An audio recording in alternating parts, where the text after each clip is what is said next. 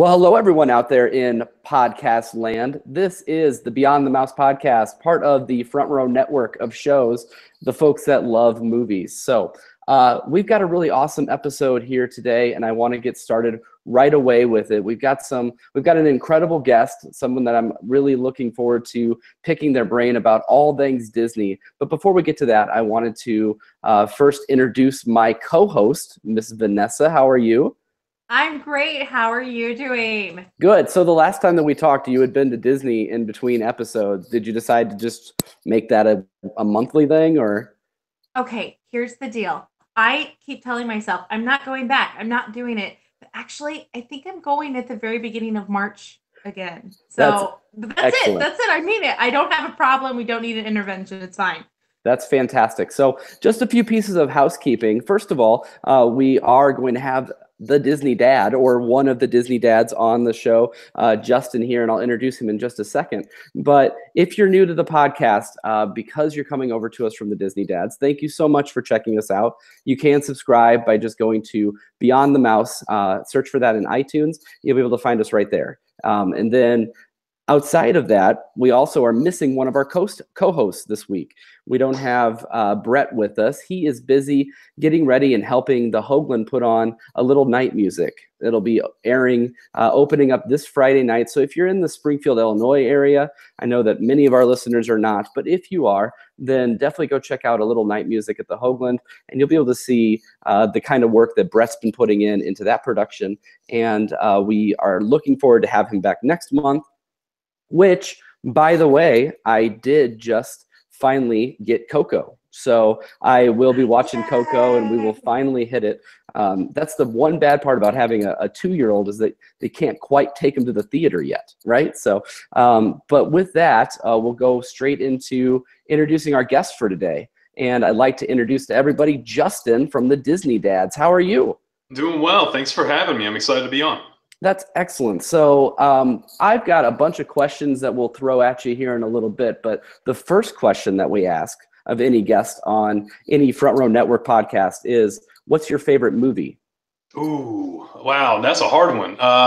Doesn't have to be Disney. Yeah, I would probably go with, probably go Lord of the Rings trilogy. No, that's amazing. I'm gonna cheat a little bit. I'm gonna go all 3.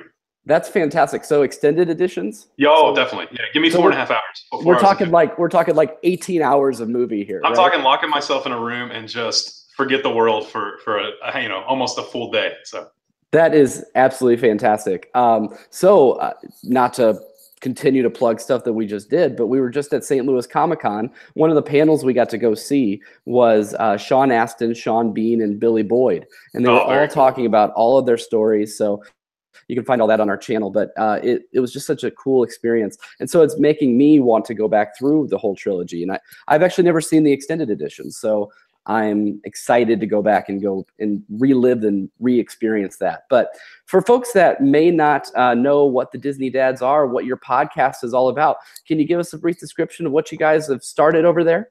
Yeah, definitely. We're about 20 episodes in, and it's 3 dads. We came together. We love talking Disney with each other, and we thought, let's start a podcast and let's kind of approach Disney from a dad's point of view and a family point of view as well. So we got together and got that going, and we've just really enjoyed how it's progressed and grown, and our Disney family's gotten larger and larger with each episode, and have an amazing group of people over on the Facebook group as well. So we've really, really enjoyed our time. Absolutely. Your Facebook group is incredible because it's so many dedicated Disney fans that have come together, and they talk and share stories and questions and just everything you could love about Disney. I'm jealous of the amount of engagement that you guys get on a daily basis. You just have such great content up there. It's just a cool community of people. Yeah, we're really lucky. Yeah, we're really lucky. The people are they're fantastic. I mean, they are just some of the best people, and we keep it positive, we keep it fun, and we keep it Disney. As Jason likes to say, one of my co-hosts, we keep it Disney. And so everything that happens outside of the Disney world, the Disney bubble, we kind of push to the side, and we just keep it a positive place where everyone can share their feelings about Disney and their pictures and their stories. And that's the way we like it. Yeah, absolutely. So search out Disney Dads Podcast on Facebook if you haven't already joined their group. Highly suggest it. You'll get, like I said, just all that Disney feeling all of the time. And we could also start to plug, but you guys just started this in the fall, and I've always wondered, because I don't know if it was addressed in the first episode or not. How did you guys all meet? How did you come together? Why did you decide to do the podcast? It's a very funny story. So Jason and I knew each other from another podcast called Two Men and the Mouse. And we were both big fans of Two Men and the Mouse. And we kind of talked to each other for a few years through that Facebook group and the people over there. And Jason and I met up at Disney one time, and we just hit it off. We had a blast. Our families got along. We spent a lot of time together. And Jason had known Mike from another venture through Disney. And Jason kind of just brought us all together. And it's been like, I'm an only child, but it's been like having just two brothers thrown at you, in your mid 30s. I mean, we argue like brothers, but we love each other like brothers. And it's just, I talk to them more than I talk to my wife a lot of times. It's it's scary at times. That's excellent. I know Two Men and a Mouse. I know that. I'm like, fangirl train is pulling in right now. I'm getting really excited. Yeah, absolutely. Kevin Kessler does a great job over there. And it's just cool that there's these different Disney podcasts that support each other, have these great fans, and then they continue to grow and build. I mean, you guys started this in the fall, and it's like you're pros at this point. I mean, you're on, like you said, episode 20. I just started listening to it on the car ride home today, the Love Stories episode. I didn't get very far into it, but it's just like the way that you guys interact. You would think that you all grew up together, but one of you is in the, I think you're you're in South Carolina? I'm in Charleston, South Carolina. Okay. Jason is in Wisconsin, and Mike is just right outside of New York City across the bridge in New Jersey. So sounds like he's right off the set of The Sopranos. Yeah, I'll tell you, and that's another thing I think whenever we start thinking about it, is it's three people from three different geographical locations, three different stories, three different ways we approach Disney, and we wanted to come together, so we could bring our point of views, and really hammer that out with people all around the country.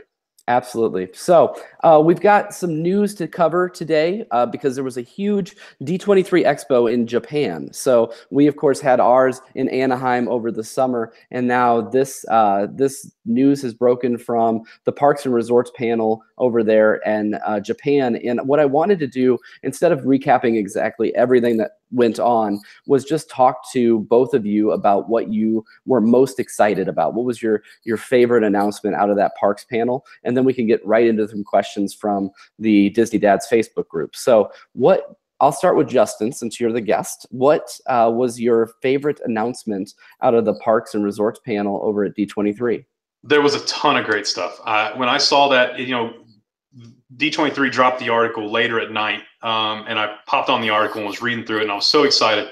But the one thing that really jumped out at me is not something that is going to really affect us at Walt Disney World or Disneyland, and it's the Marvel superhero universe coming to the Disney Studio Parks in Disneyland Paris, and them reimagining Rock and Roller Coaster with the Marvel characters. How amazing is that? And I'm hoping that will eventually be coming over to Walt Disney World as well. Absolutely. I think we should all dream of just taking a trip over to Disneyland Paris. Doesn't that make the most sense? Oh, let's do it. Let's go. We were in London. We were in London not too long ago, and my wife was like, "Let's take the train to just go to Paris and go to Disneyland Paris for the day." I'm like, let's calm down just a little bit. We have a 3-year-old with us. Let's, Yeah, you might want to wait just a couple more years. Yeah. Right? Let's calm down. Yeah. Absolutely. So, Vanessa, what do you think about the Rock and Roller Coaster getting a Marvel overlay in Disneyland Paris? Well, you know that you are the superhero guy, and I'm not as into that, and I really like, Aerosmith and stuff, but I think that's very cool. If I can tell you, my favorite thing that came out of the expo was actually the news of the new float for the Paint the Night parade. I am just like, fingers crossed, edge of my seat, that they're going to bring some kind of night parade eventually to the Disney World Resort. So seeing them invest in another float for Disneyland, I'm just like, oh, it's maybe it'll happen. Maybe it'll happen. If nothing else, I can go to Disneyland, and I know that it's going to be there for a while because they're investing in, new pieces for that parade. So I'm really excited about that. Absolutely. What I'm so surprised. I made sure I had like 2 or 3 deep on this list because I thought for sure one of you would talk about Guardians of the Galaxy, the indoor roller coaster, because that, of course, we knew that there was going to be a Guardians of the Galaxy ride coming to Epcot. They announced that last D23 in Anaheim, but now we know that it's going to be an indoor roller coaster. It's going to be like Epcot's Space Mountain, right? I mean, how exciting is that? Yeah, one of the longest in the world. Sorry, Vanessa. And 3 words: innovative ride system. That I'm so excited to see what they do. They're really hyping this up with this mystery of what could the new technology be in this indoor roller coaster. I'm just super excited. So I'm glad you all are on the same page too. Absolutely. And like Justin was saying, the longest or largest in the world. Yeah. It's going to be something Epcot really needs is when that comes, because I think that once we get that and we have the Ratatouille coming, we're going to see a reimagining of the Fast Pass tier system there. And that's one thing I'm really excited about. Absolutely. And you guys did a great episode on Ratatouille and that coming to Epcot. So I encourage our listeners to go over and listen to the Disney Dads episode about that. You'll get all the information you could want about that ride. And you can also see some of the ride-throughs of Ratatouille in particular from Disneyland Paris right now on YouTube. So go check those out after you're done listening to us, right?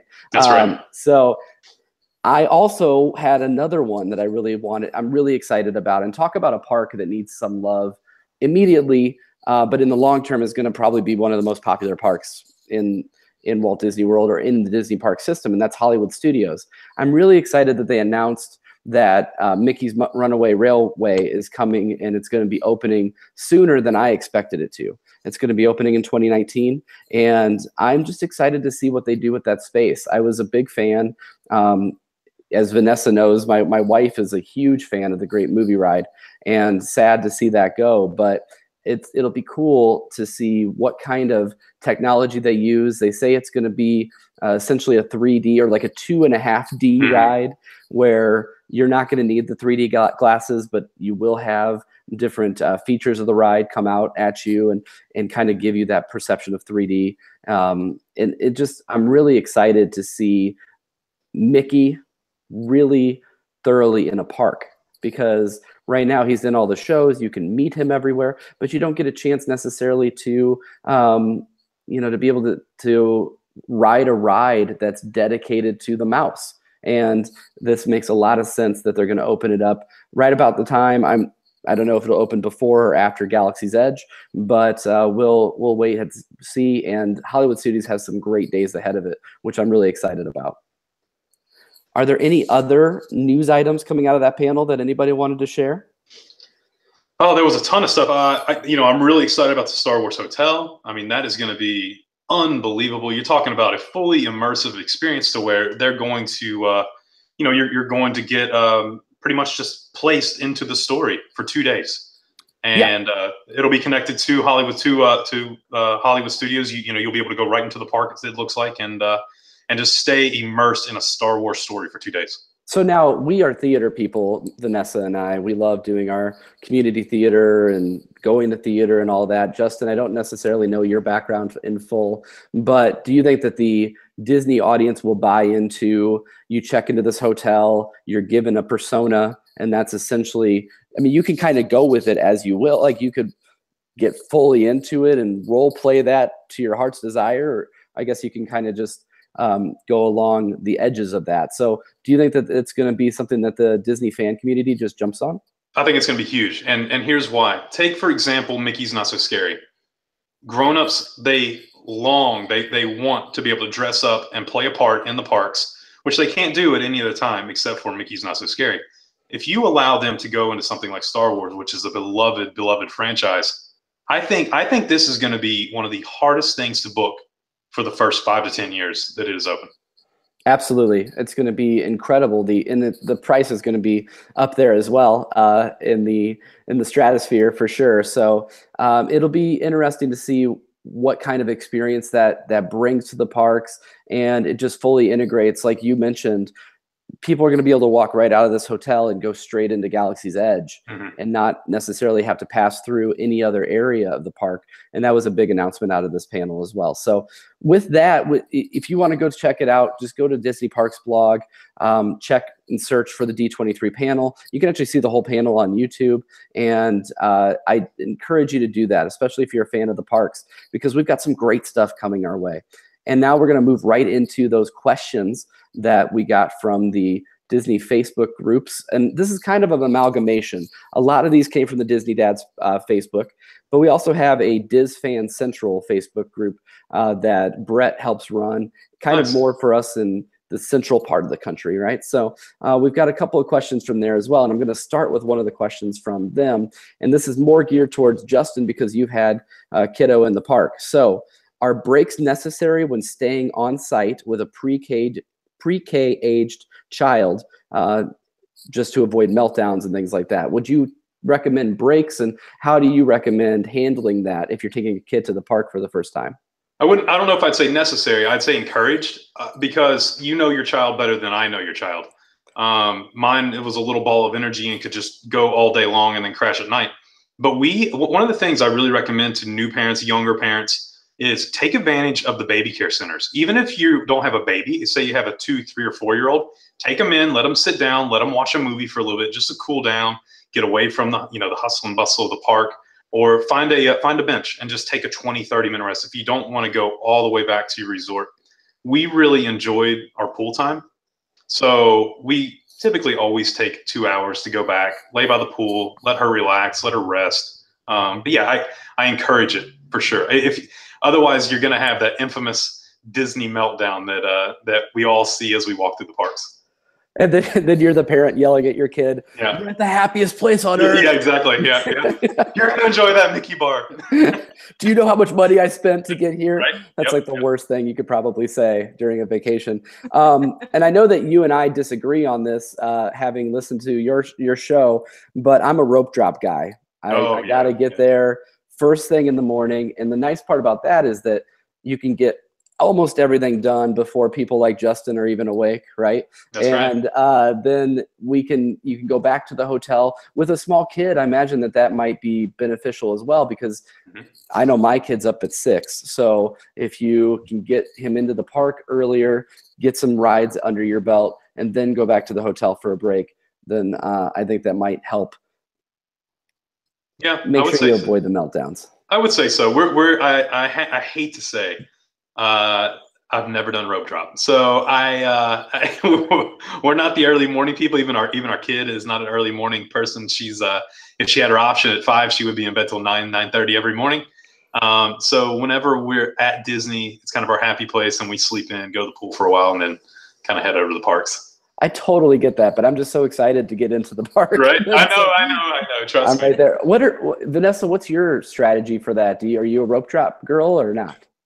No. Well, I would go at rope drop. It's just I'm never with anyone that wants to do that. So I usually have to go like late morning, early afternoon, and then we stay through till the end. That's been working.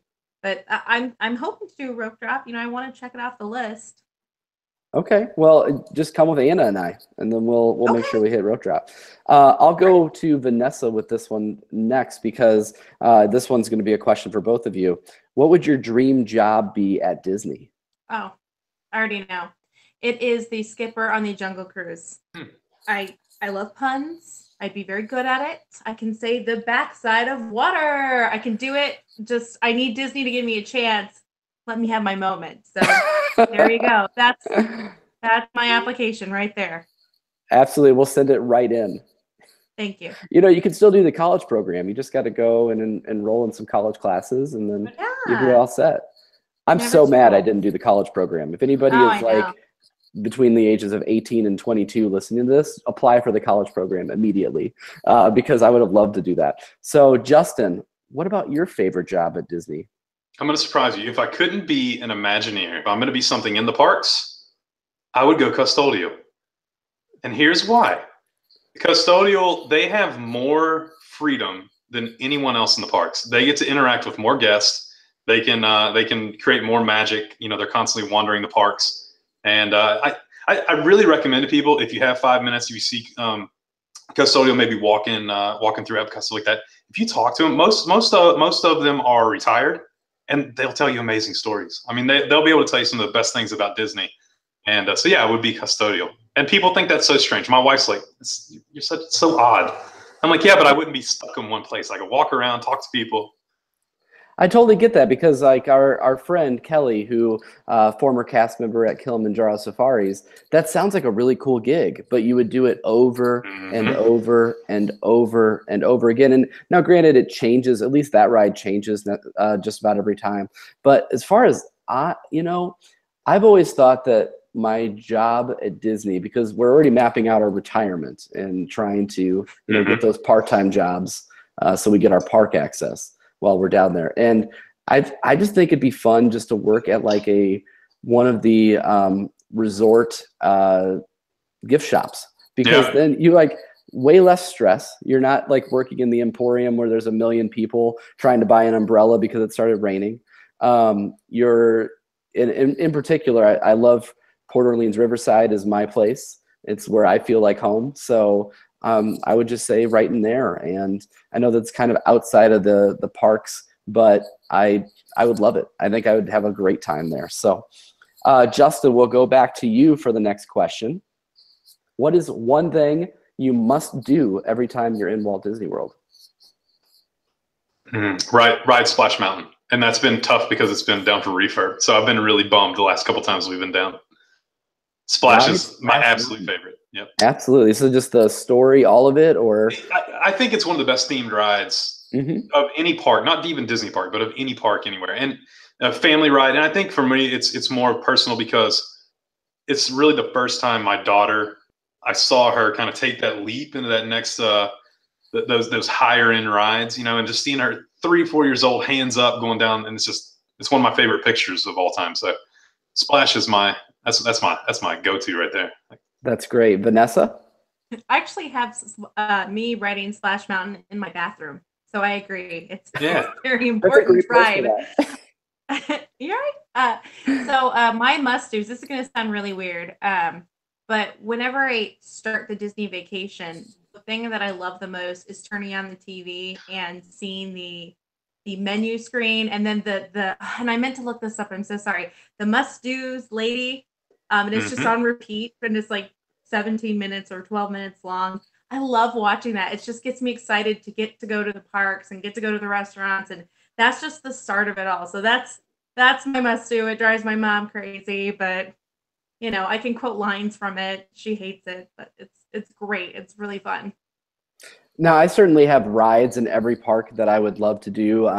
For instance, we have not gotten to take our son to Disney parks yet, but he's so in love and enamored with Peter Pan and has been since he was born. And so Peter Pan is something special that we do. And I get that people say it's way too long of a wait for what you get. Generally, we fast pass it or rope drop it, so we're not waiting very long.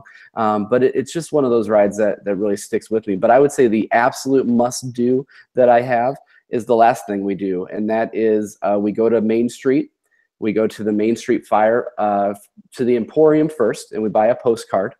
And then you go to the Main Street Firehouse, and you can buy a stamp.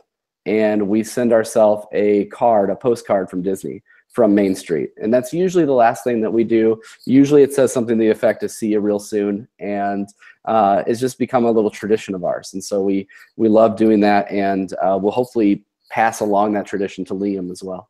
That's very cool. That's very, very cool. Yeah, for sure. Do that. So we'll go to Vanessa next. What's your favorite Disney princess? Oh, yeah. So I thought about this for some time, and I think I'm going to have to go with what 5-year-old Vanessa would say, and that is Jasmine from Aladdin. I like, she's sassy, she's pretty, she's got it all. So Jasmine, that's what I'm going with. That's a pretty good poll. And Brett must be watching this because he texted me and told me Stacy is the name of the lady on the must-dos. So thank you, Brett, for chiming in. Oh, that's excellent. That's excellent. So Justin, who's your favorite Disney princess? Probably Rapunzel, just because I think I've seen Tangled 200 too many times, and definitely, yeah, Rapunzel. She's a free spirit, loves it, and that's who I'd probably go with. Okay. You ask me tomorrow, that'll change. Fair enough. And, you know, I should probably say Moana because we're obsessed with that movie now, and or at least our little one is. And so we've seen her a million times. But I got to go with Belle, you know, just the Beauty and the Beast, being a musical theater lover. That movie was the first movie that was like a true musical through and through. And I love that character. I actually really enjoyed Emma Watson in that role. When they made the live action remake, she couldn't sing it quite as well as you'd hope, but she acted really well in that role. And so I'd have to go with Belle. So we got a couple more here. This one I thought was interesting, and I'll go to Justin first on this. What do you collect from the parks? Oh, we collect a lot of things. Probably the biggest thing is art. We collect art. We've purchased different pieces from Disney Cruise Line. We've purchased different pieces from the Arts Festival. We just picked up three or four new pieces. Nice. And we also collect different figurines, things like that. Hats, buttons, shirts. Just everything. Bags, you know, whatever we can get our hands on. You know, we're like that meme where you know, it's go to the grocery, only the necessities. You know. Go shopping. I only need socks, and then go to Disney, and you're just throwing money in the air. You know, that's pretty much what we're pretty much what we're like. So that's perfect. Vanessa. Oh, I don't collect anything from the park. Well done. No, I'm just kidding. Normally, you know, cups, mugs. Actually, I'm kind of in the boat where I'm getting too much, so I'm trying to cut back and just collect memories. But you know, I'm sure something will come up and I'll be like, I have to have that. You know, you sound corny there when you say collect memories, but one of the things I would say to collect, people keep asking on these different Disney groups if PhotoPass is worth it. It's absolutely worth it because then you're not, you know, yes, the cast member will take your phone and will take a picture with it. They don't take it. They act like they're taking a great picture with your cell phone. They're really not caring too much to take a picture of your cell phone. But also it's not that much of a cost if you think about all the pictures, all the videos, everything that you get. So that's a good tip for people, is asking whether or not you think PhotoPass is worth it. I totally do think it's worth it. But my thing that we collect right now is we got into the Pandora jewelry for Anna. So started as a Mother's Day gift, and now we've kind of added a bead here and there. Got a bead from the Disney Dream.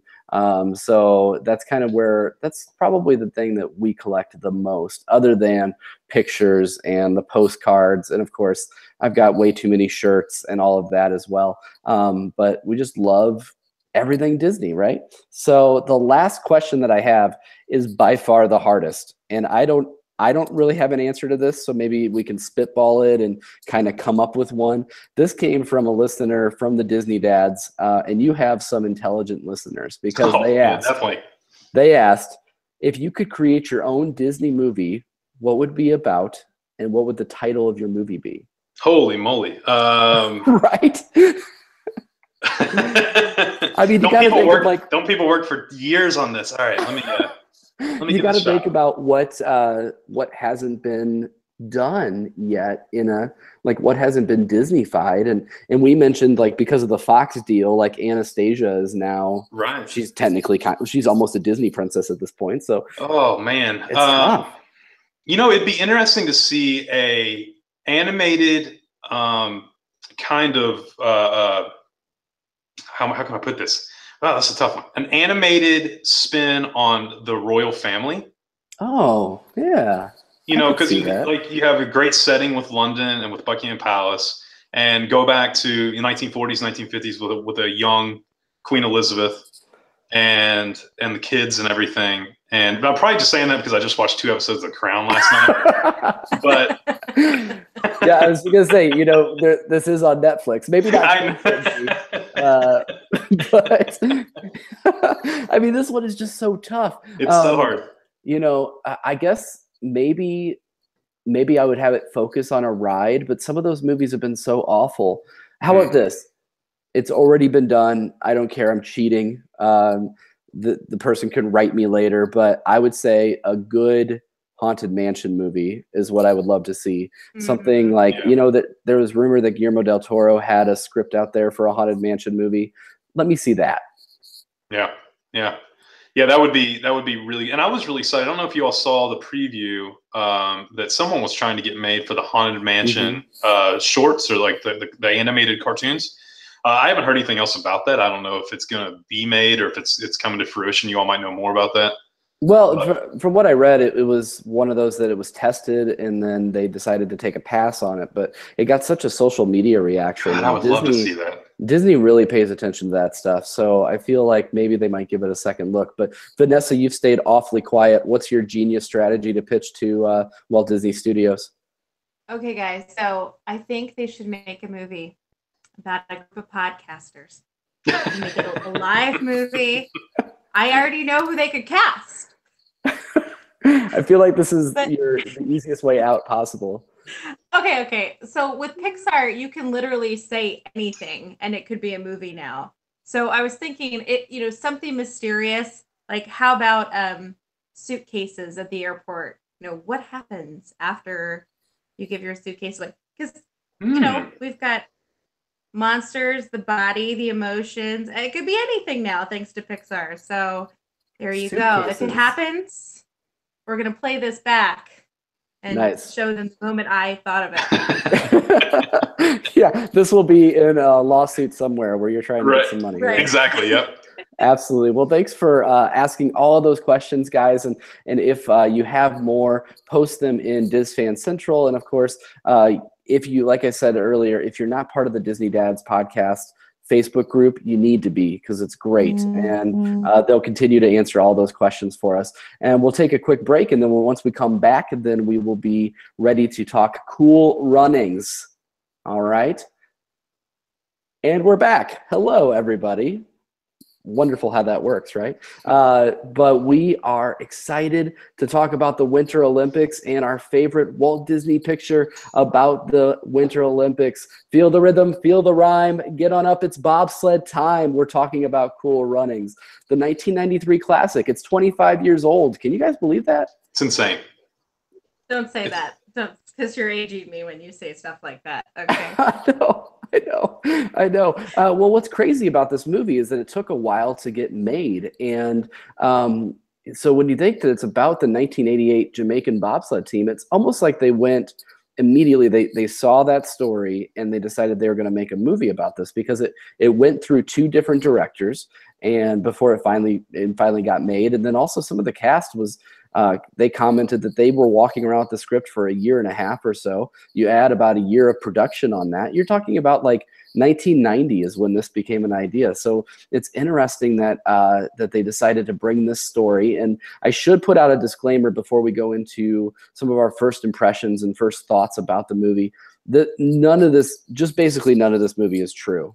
So sorry to break any illusions that you had from childhood or when you're a teenager, or an adult watching this film. Most, if not all of this is fabricated, even though it says that it's inspired by a true story. They use that inspired by in a very loose way. So it was kind of a bummer when I read all about that, but just nearly every facet of this movie isn't true, but I still absolutely love it. So Vanessa, I'll go to you first. Let's talk about our first impressions of Cool Runnings. Well, I remember watching it when I was a kid, and I just remember my parents really loving it, loving the Jamaica, we've got a bobsled team. Like, my mom would go around our house just singing that. So, when you suggested that rewatch it, I was so excited to rewatch it because it's been so long, and I think it still holds up. It's been some time since I've seen it, but it's still a good movie. It's got a great message. The humor is still there. So I think that's my first impression, that if you haven't seen this film, go ahead and see it. Of course, it has that 90s filter, if you will, but it still holds up. It's still a good movie to see. Absolutely. If you haven't seen this, what have you been doing? I mean, it's Winter Olympics time. You got to go out and watch it right now. right? So Justin, talk about your first impressions. If you remember the first time you saw it, that kind of thing. What are your thoughts? I don't remember the first time I saw it. I don't think it had that strong of a pull on me. Oh, come on! That 20 years later, I still would. But I did watch it a lot as a kid and as a teenager. It seemed to be one of those movies you would always catch coming on at like 7 o'clock or 8 o'clock, and you just found yourself watching it all the way through. Because it does have a lot of great comedic performance to it. A lot of one-liners. It's an easy watch, if that makes sense. You can sit down. You don't have to be completely 100% into the movie. So I always enjoyed the movie a lot, and I actually sat down knowing I was going to be able to come on talk with you guys. Sat down and watched it again, and I enjoyed it as much now, in my mid-30s as I did back then. I had fun with it, so it's a fun movie. I totally agree. It's one of those movies that it's got great heart to it, and not only that, but it's really funny. Every line that they deliver in that, it just seems like it's really well written, and I like that it's just a movie, like you said, you can put on the background. It's a fun movie you can play around your kids, and there's a slight bit of language here and there, but nothing crazy, and just an enjoyable experience. And I don't care that it's not true, because I think that, like, growing up, I had this vision of the Jamaican bobsled team, and this is what I thought. So I'm sorry guys, but this is what Disney has done to me. They made me think that this is an absolute true story. So let's talk about some of the characters that are in this movie, some of the actors that portrayed those characters, and what our thoughts are. And I think the first person that you have to talk about when you talk about this movie is John Candy and his performance. This was actually one of the last movies that he made before his death, and I believe it was the last one that was theatrically released before his death. And of course, he died while filming. I believe it was Wagons East, wasn't it? Don't quote me on that, but he died while filming that movie, and so that was released posthumously. But this was the last film that was in theaters prior to his death, and it's one of his best roles, in my opinion. But I won't go too much into that. I'll let you start, Vanessa. What are your thoughts about John Candy in this film? Oh, well, I had actually forgotten that he was in this film, and I was super excited when I saw him on screen. He's just so lovable, even when he's playing a kind of, he starts off the movie as kind of like a has-been character, and he's kind of grouchy and he's not happy, but there's still something so lovable about him. I think he did a great job. He's just, he played a coach with some struggles, but you love him. I liked his rapport with the other characters in the movie. Believable to me that he would be coaching them and coaching them well. So it was a little sad to see, like, John Candy, oh, I love you. Why? Too soon, too young. So, but I was really glad to see him in this film. Absolutely. Well, like you said, the interactions he has with Doris are such a great mentor relationship, and it's built up over time, because at the beginning of the film, of course, he's like lobbing things at him, trying to get him out of the way, telling him to stop talking to him, and then towards the end, it's a really nice father-son relationship almost. When he goes and towards the end of the film, there's a scene where Doris is looking over the turns for probably, I don't know, the 1,000th time that he's doing that. And Irv, John Candy's character, comes in and just says, "Hey, do you want to go grab a bite to eat?" And Doris says, "No, I'm good." And he says, "Oh, that's what I thought. That you would, of course, want to be studying these." So, his comedic timing is unmatched by anyone else. If you go back and listen to our Planes, Trains, and Automobiles podcast with Lou and Scott and I, if you want to hear more about that. But it's just like he always brings a sense of heart to his characters, and this is no different. This really is kind of an anti-hero. We shouldn't necessarily like him as much as we do, because he cheated his way out of the Olympics, so but he's really redeemed in this character. Justin, what did you think about John Candy's performance in this movie? He's fantastic, but he's fantastic in about everything he does. I'm a little weird though, because I think I like the character the first 10 minutes he's on screen better than any other time in the movie. Like just that old beaten down curmudgeon, just, doesn't want anything to do with anybody really. When he's sitting there at the bar and he's gambling all his money on, on the horse race, and instead of just being upset, he beats the radio with, it's just like, Yeah. the guy is fantastic. It's just his personality just takes up the screen, and you don't want to look away. So he's really, really good. I wish we had gotten more out of him, more films, but he's a legend. And I don't think, and a lot of people don't realize that this, is a Disney film. This is a Disney live action film, and I think one of the best ones they've done.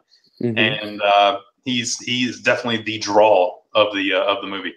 Yeah, for sure. And I mean, the other actors do a fantastic job as well, and we'll talk about them. But like you were saying in that first 10 minutes, when he looks at a picture of himself from like 20 years ago, and he's just like, oh God, look at me.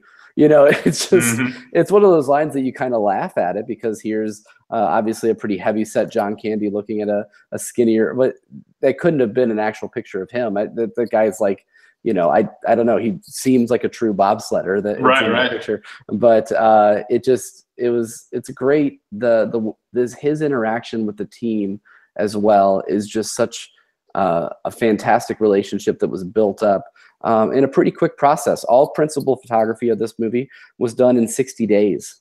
So that's a really quick shoot to get into character, get those relationships built, and make them look believable.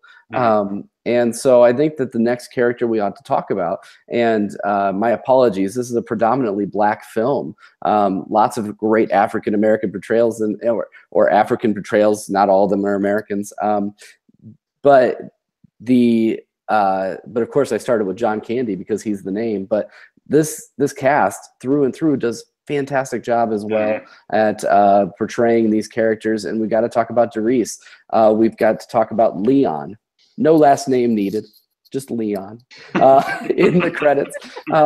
But what do you feel about his portrayal of basically a son that's trying to live up to his father's gold, in getting to the Olympics, being able to go through and participate on that level? And it almost seems like he's always trying to match his father. He's always trying to.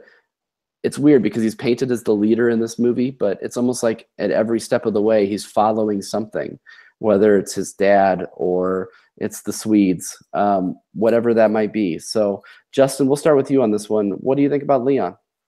Well, being a Disney dad, I'm going to take it to Disney for a second. And I see a lot of Walt in Leon's portrayal, in the fact that he knows what he wants with his life. He knows his goals at a young age, and he will stop at absolutely nothing to get them, to achieve them.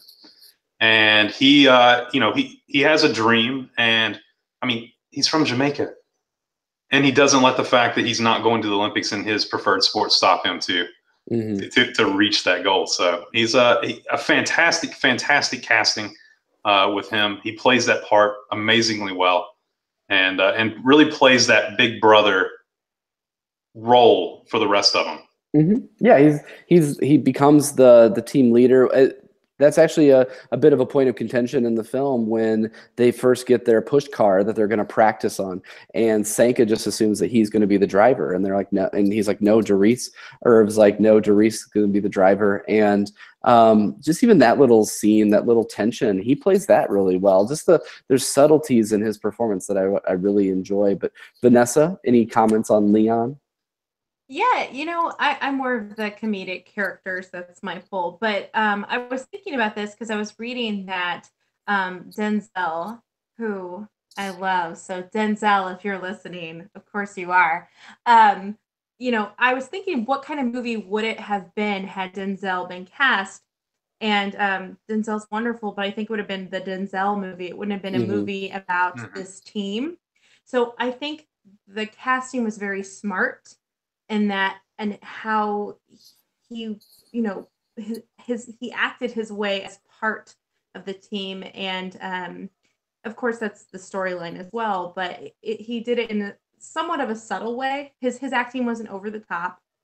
It was very well done. So I really like. We always say this, Craig, where we talk about what the movie would have been like, and we always end up saying we like the movie as is. So I think that's still the case with this film as well. Right. Maybe we're not just idealistic enough to be able to imagine what that movie could have been. But one of the other casting things, just pulling from trivia, is that Eddie Murphy was up for Sanka at one point, but kind of balked at the money. They didn't offer him enough. They didn't want to pull back that Scrooge McDuck cash for him, so he decided to not get into the role. But I agree that Denzel might have been too big of a presence for this kind of a part, and even if he obviously he can play a great leader, does later in a wonderful Disney film, Remember the Titans. Mm-hmm. But I think that he would have been too big of a presence for this kind of a role. But let's go on to the rest of the team, and I'm going to kind of lump these guys together because I do want to talk about favorite scenes and things like that as well. But is there any particular member of the other three members of the team outside of our leads that you would like to talk about? Vanessa? Well, let's talk about Sanka then. His comic, I'm not familiar with Dougie Doug. I know the name, but I couldn't think of any references. Disney really tried to make him a thing in the 90s. Okay. Well, I thought he was great. His timing was just really on point, very funny. I really liked his character a lot. It just added that humor that you want to have in a film without being too over the top, which is why I wouldn't have cast Eddie Murphy. So good that Disney saved their money on that. Yeah, he was in That Darn Cat and another Happily Ever After. Of course, I'm just trying That Darn Cat. Yes. We all know that one, right? I'll give him this. He has consistently worked since Cool Runnings, and that's not true of some of our actors here. So good on him. But yeah, I like Sanka a lot. He's the nice comic relief of this movie. I don't know. To me, it's one of the more surface level performances in this movie, but I do enjoy the sensibilities that he brought to the character. And it's too bad that Dougie Doug is not, a household name still to this day, but he does have something coming out in 2017. Little Girl Gone. Oh, okay. I was gonna say That Darn Dog. That Darn Dog, right? Absolutely. That Darn Fish. That Darn Whale. You got anything on Sanka or any of the other guys, Justin? Yeah, actually, a little side note on Sanka is we have the Yankees minor league baseball team here in Charleston, South Carolina, and the opening week they're doing Cool Runnings Day, and Dougie Doug's going to be at the stadium. That's awesome. So we go to tons of River Dogs games, so we'll probably be down there and get to meet him, and that's awesome. Yeah, it'll be a lot of fun. So well, don't tell him I subtly trashed him a little. I won't. No, you're good. I won't point him out. I don't see anyone else doing that role as well as he did. As far as he kind of took a backseat to those bigger players, but he had his moments of just hilarity. He definitely doesn't have he doesn't carry the heart of the movie like I think some of the other ones do. Totally. I mean, he's our comic relief, and in that role, he does it very well. He's very funny. There's still moments throughout the whole movie that he just makes you laugh kind of out of nowhere. It's weird because it's a Disney movie. So looking back on things that were cut from the script and doing a bit of research on that, obviously this would have been Disneyified. So I'll put that disclaimer out there, but there was supposed to be sort of a sex scene between him and some of the Swedish skiers. So I don't know how that would have worked, or at least maybe would have been alluded to, but glad that didn't make it in. What about the other guys, Vanessa? Anything about Junior or Yul Brynner, which I love that name. Yeah, that is a great name, actually. I thought they were good. I probably liked Yul's character a little bit more than Junior's. But they had pretty much typical storylines of what I thought they were going to happen. They don't like each other, and then they end up being kind of like brotherly. But it was good. It completes the whole movie. Everyone has to have a thing going on with their character. So. Mm-hmm. Absolutely. And I should give them their duo. Raul Lewis played Junior, and Malik Yoba played Yul Brynner. And I like these guys because obviously they play off of one another throughout the whole film. It's Junior that trips Derice and Yul, and that's why they don't make the Summer Olympics. And it's redeemed towards the end. When Yul takes him into the bathroom at the bar and says, "You got to stand up for yourself." And that really is kind of a turning point for that character. We don't get to explore it too much, but you do get it a little bit with his dad. That same pep talk that Junior got by Yul, he then gives to his dad when he's there. And he's saying, "No, I'm not going to go with you. I'm not going to live this life. I'm going to do my own thing," which, had Junior's dad listened to the Disney Dads podcast, he would have been a much better father figure, for sure. So, but Justin, what do you think about the other two guys in the bobsled? Well, Yul's definitely the little brother. Not Yul. Raul is the little brother of the group. I mean, he is. You see him grow as a person from the second the movie starts to the second it ends. And Malik, his role is just fantastic. I mean, you talk about somebody who is unlikable, no one wants to be around him, but then to become that big brother to the rest of them, or to especially to Junior's character, is it's really something I think you see a lot of families go through, as everyone kind of takes their place within the family structure. So that's one thing they did with the writing that I thought was really unique, was everyone kind of had their own family aspect of family role within the group. Yeah, totally. That makes a lot of sense. And I liked that, they at the beginning, they kind of poked fun at Yul for being a little bit more naive and just not having a lot of street sense. But then towards the end, he's a bit redeemed as well. And it's kind of that whole coalescing as a family thing, to try to help each other out. And Junior's, offering to help him study and just things like that, I guess I've never thought of it as a family aspect, but they really do come together as a family, don't they? Mm-hmm. Yeah, definitely. Well done. You should have a movie review podcast for sure. I'll just tip my hat with you guys on this one. That's so let's talk about our favorite scenes. Is there a particular scene that stands out in your mind when you're thinking about this movie? And we'll start with Justin. Yeah, I think you have to go straight to the end. Yes. With them carrying the bobsled across the finish line after they crash. That's the ultimate.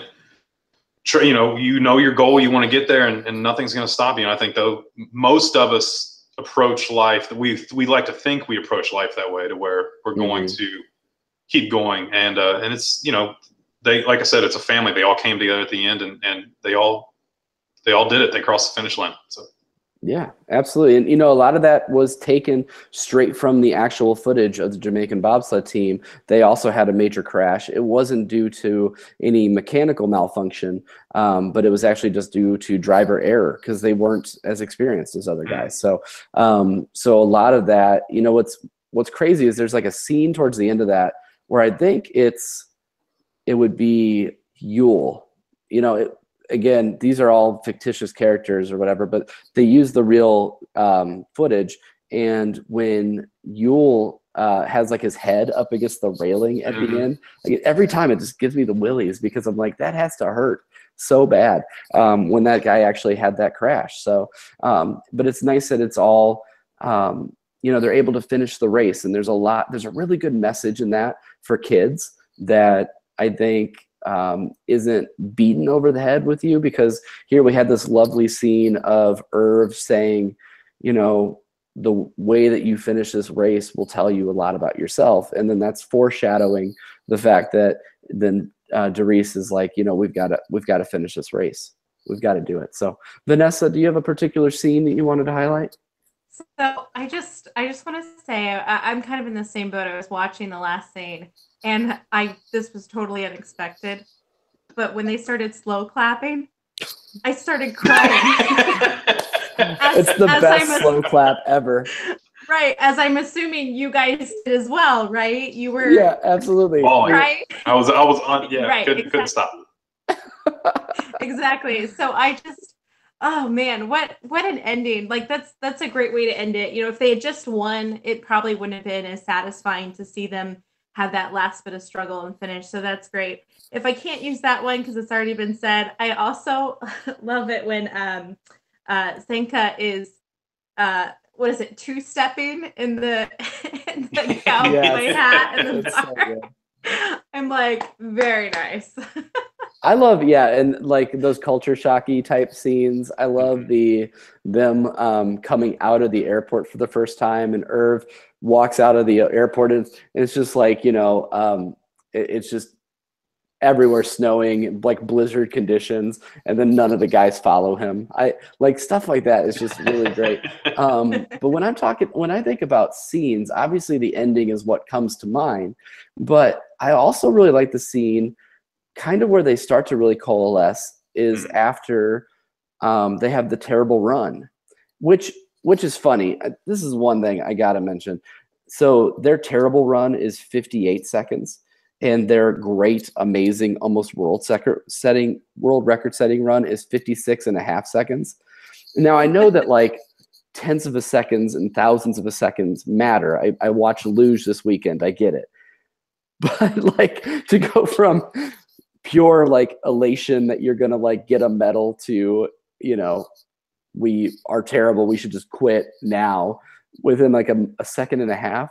It just it's still better than their qualifying time, by the way. Their worst run is still better than their qualifying time.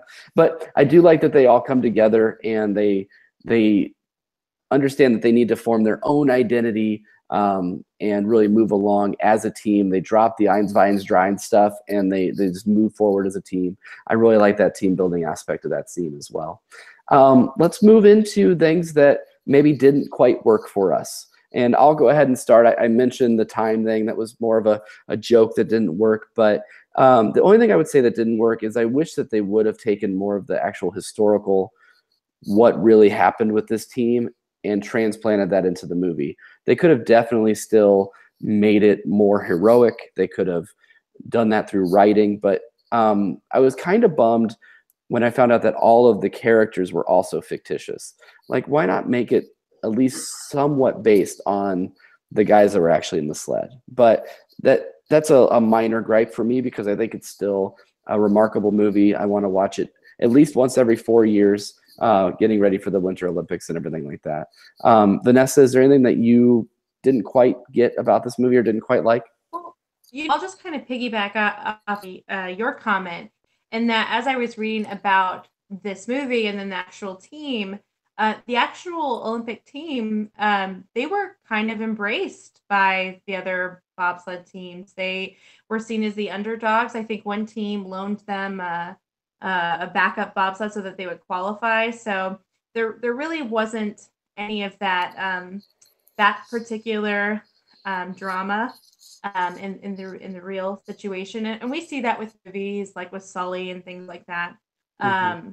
So I understand that why they had to do that for the movie, but it is kind of a slight letdown when you read the true story and you're like, oh, okay, it wasn't as terrible as this movie made out to be, but it is an interesting story. They sure do make the Germans look awful in this movie, right? Oh yeah, and like the American coach that's like trying to cheat to get them out. There's a lot of villains that are made in this movie, but I still love the movie overall. But I wonder if like maybe that was a bit heavy-handed. I could see maybe they could have toned it down just a little. Justin, you got anything? Oh, not really. I'd have to be nitpicking. It gets a little slow at times, like right in the middle where it's kind of repetitive as far as the practicing and the adversity is, there's kind of minimal adversity until they finally make it. But that's really just nitpicking. Overall, I think it is what it is. It's not something that you're going to whenever somebody asks your favorite movie, you're not going to scream Cool Runnings out and raise your hand, and want everyone to hear you. But it's a fun movie to watch, and you can put it on with no matter who's in the room. You can put it on. It's just a fun movie to have on. And I enjoy it. So.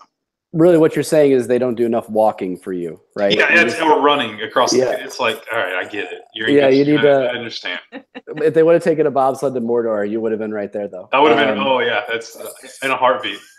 So let's wrap things up. Is there anything else that you'd like to say about this wonderful film? My final message on Cool Runnings would be just to go watch it. I mean, we're right in the middle of the Olympics here. I am one of those guys. I had a big argument with my coworkers this week because they said that the Olympics are overhyped and that the country ends up losing tons of money because they're not watched enough anymore. All of that jazz. I love the Olympics. I love that it brings the whole world together. I know that sounds corny, but I think it's something that's really necessary every 2 to 4 years. That I mean, look at the not obviously not talking politics, but North Korea and South Korea came in together. Like, that's a thing that matters. So I think that Cool Runnings is one of those things that I just attach to the Winter Olympics. I have to watch that. I know that Kevin Kolovic, a guy that's always on our podcast, he loves Miracle. There's some great stories that come out from the Winter Olympics. And I would just say, just go watch Cool Runnings and watch the Winter Olympics. I just read that Shaun White won another gold. So go for him. And that's kind of my wrap up of this. But Justin, you got any final thoughts on Cool Runnings? No, you nailed it. Give it 2 hours. I don't think it's 2 hours. I think it's like an hour and 45 minutes, something like that. Hour and 38. Yeah. See, I mean, it's like you give it some time. I think that once people watch it, it's something that while you might not go search it out and have to buy it the next day, but you will watch it if you catch it on TV. It is one of those movies that just grabs your attention once it's on because it flows. You can have it on the background. You don't have to worry too much about really losing yourself in a crazy script. So yeah, I enjoy it. I'll watch it. Watched it tonight. I'll watch it again sometime soon for sure. Yeah, absolutely. Vanessa? Cool Runnings, it was the highest grossing live action film for its time.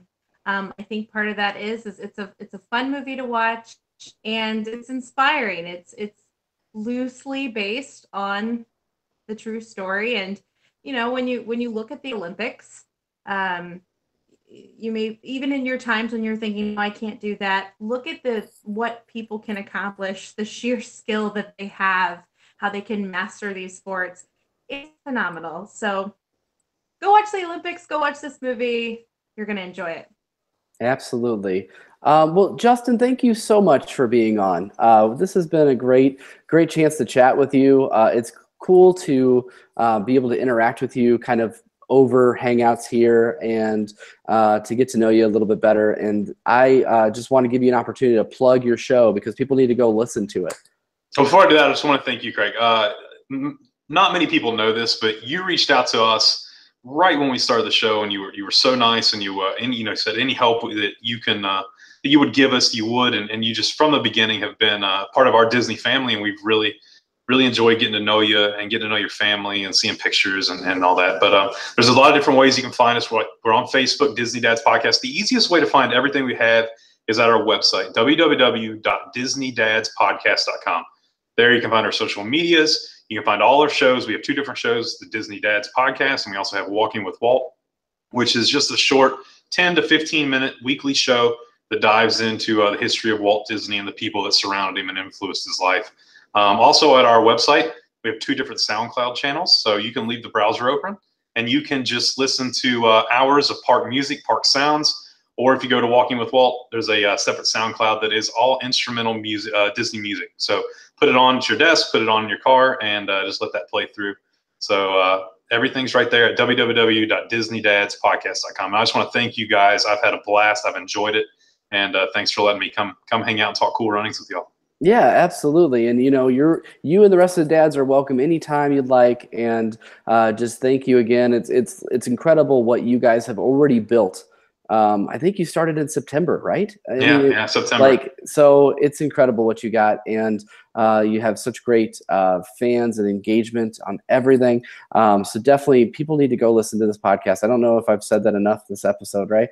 But thank you again. And just to plug what we've got coming up next month, like I said, I finally got Coco, so I can finally watch this movie that everyone has said is so incredible. And I'm really looking forward to it. And we'll definitely be doing that for the March podcast. So are you ready for that, Vanessa? I am so ready. You're ready for that like in November. Like, I'm so far behind the times here, guys. But then looking forward, one of the things that's actually coming up right around the corner, we're starting to organize a bit of a trip amongst Brett and Anna and Vanessa and I. We are going to go to a D23 event in May. They're going to Marceline, Missouri. And we're really looking forward to that. And our plan is to go to Marceline and maybe even just record our episode while we're there if we get a chance to. So we're really looking forward to that. If you are not a D23 member, you can become a member pretty easily. And it's well worth it. I just became a member not too long ago. You get an amazing amount of things and you get access to these events. Obviously, most of them are on the coasts, whether they be in Anaheim, Burbank area, or in Orlando. But there are some cool things that you get through that membership right here in the central part of the country as well. So, but outside of that, you can find all of our shows. We'll have our Oscar spotlights coming up. We also will have a big full disclosure dropping this upcoming Monday from Black Panther. We're really excited about that. So check all those out. You can find us at www.thefrontrowmoviereviews.com. And of course, you can follow us on all of our social media, whether that be Twitter, Instagram, Facebook, all that jazz. You can find us. Actually, we switched everything over on our social media to the Front Row Network because we are starting to realize that we do so many different kinds of shows that we want to make sure that we get people what they want. And so that's why you can actually go and subscribe just to Beyond the Mouse if you want on iTunes now. And you can also listen to us, of course, on our main feed that has always been there for whatever, 335 episodes or whatever we're at now. So, so thank you again so much. Any final thoughts, any of you? Well, they're both shaking their head at me, and then they both. When you're in Marceline, you have to do one thing for me. You have to go and sit under the Dreaming Tree, sit under Wall Street, and take a picture because that's kind of where all this started. So absolutely. Well, we could do a Facebook Live on the Disney Dads group that day. That'd be fantastic. We'll take you guys along with us. So thank you again for joining us, Justin. Thank you, of course, Vanessa. And we're looking forward to all the things that we have coming up here in the next couple of months. And with that, for Beyond the Mouse of the Front Row Network, I have been Craig McFarland. Vanessa? I'm Vanessa. And I'm Justin. And we will see you real soon in the front row.